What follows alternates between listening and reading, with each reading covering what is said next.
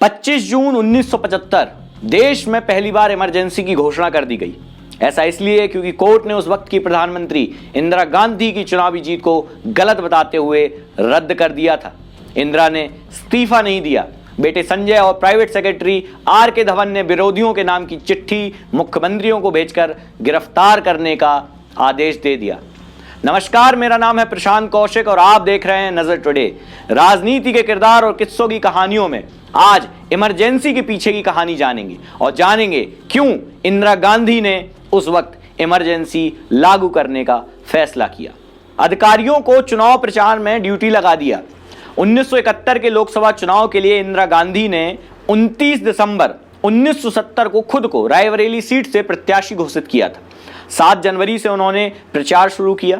प्रधानमंत्री सचिवालय के एक बड़े अफसर यशपाल कपूर उनके चुनाव प्रचार में जुट गए। उन्होंने अपने पद से इस्तीफा 13 जनवरी को दे दिया, लेकिन 25 जनवरी तक सरकारी सेवा में बने रहे और इंदिरा के लिए प्रचार करते रहे। चुनाव के परिणाम आए तो इंदिरा गांधी ने सोशलिस्ट पार्टी के राजनारायण को 1,11,810 वोटों से हरा दिया। इंदिरा को 1,83,309 वोट मिले थे। राजनारायण कोर्ट चले गए। उन्होंने आरोप लगाया कि इंदिरा गांधी ने सरकारी मशीनरी का दुरुपयोग करके चुनाव जीता है। इंदिरा ने इसे हल्के में लिया, इतना हल्के में कि अपनी तरफ से कोई वकील ही नियुक्त नहीं किया।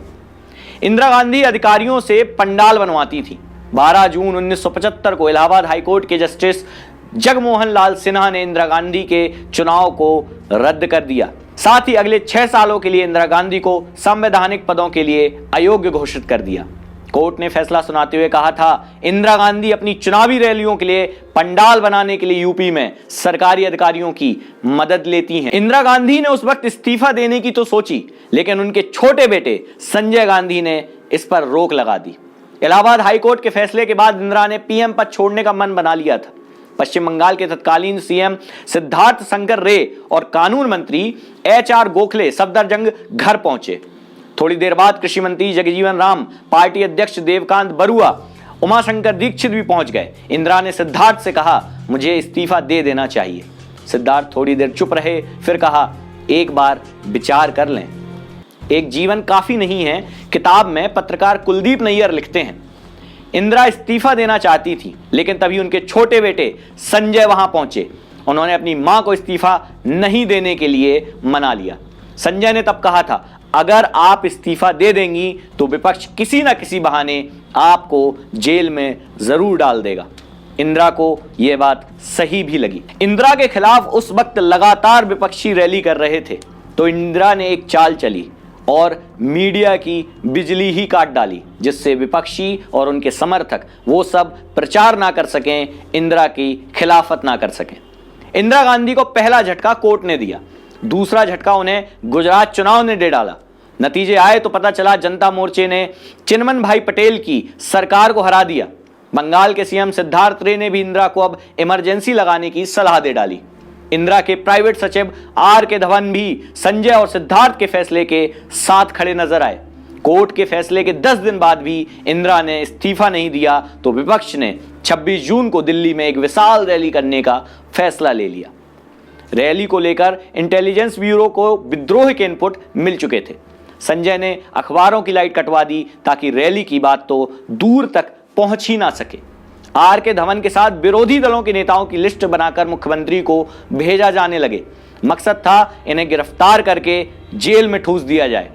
इंदिरा के दूसरे लड़के राजीव को ऐसा पसंद नहीं आ रहा था, लेकिन वह संजय को समझा नहीं सके।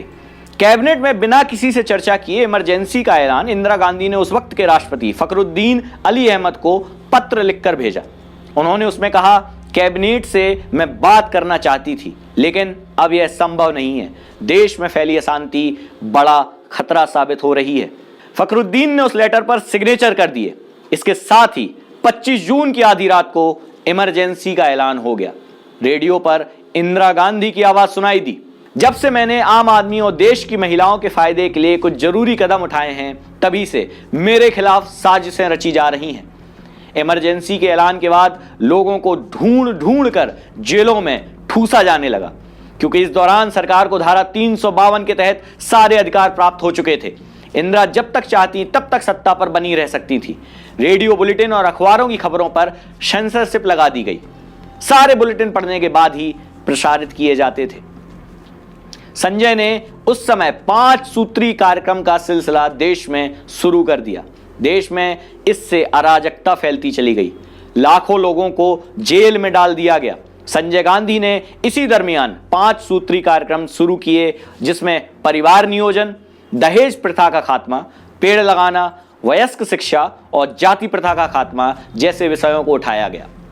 इन सभी को बहुत कड़ाई के साथ पालन करवाया गया। सुंदरीकरण के नाम पर एक दिन में ही दिल्ली के तुर्कमान गेट की झुग्गियों को तोड़ डाला गया। करीब 50,000 लोग इससे प्रभावित हुए।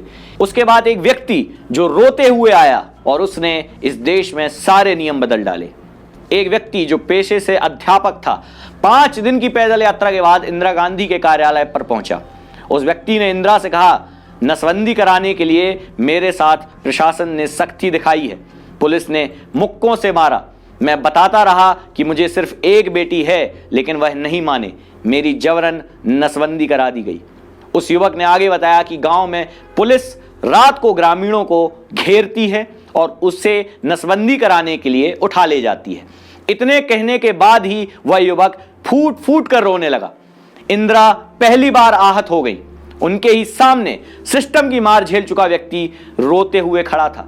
इंदिरा ने आदेश दिया, अगर कोई सरकारी कर्मचारी परिवार नियोजन के लिए लोगों के साथ सख्ती से पेश नहीं आएगा। जिस वक्त यह आदेश दे रही थी, उस वक्त संजय गांधी घर पर नहीं थे। 19 महीनों में देश भर के अंदर 83 लाख लोगों की नसबंदी करा दी गई थी। 5 सूत्री कार्यक्रम ने संजय को देश भर में फेमस कर दिया। कुछ लोगों के लिए वो मसीहा साबित हुए और कुछ लोगों के लिए वो एक विलन के तौर पर बनकर उभरे। इंदिरा की इमरजेंसी कांग्रेस के ऊपर एक बड़ा धब्बा रही है।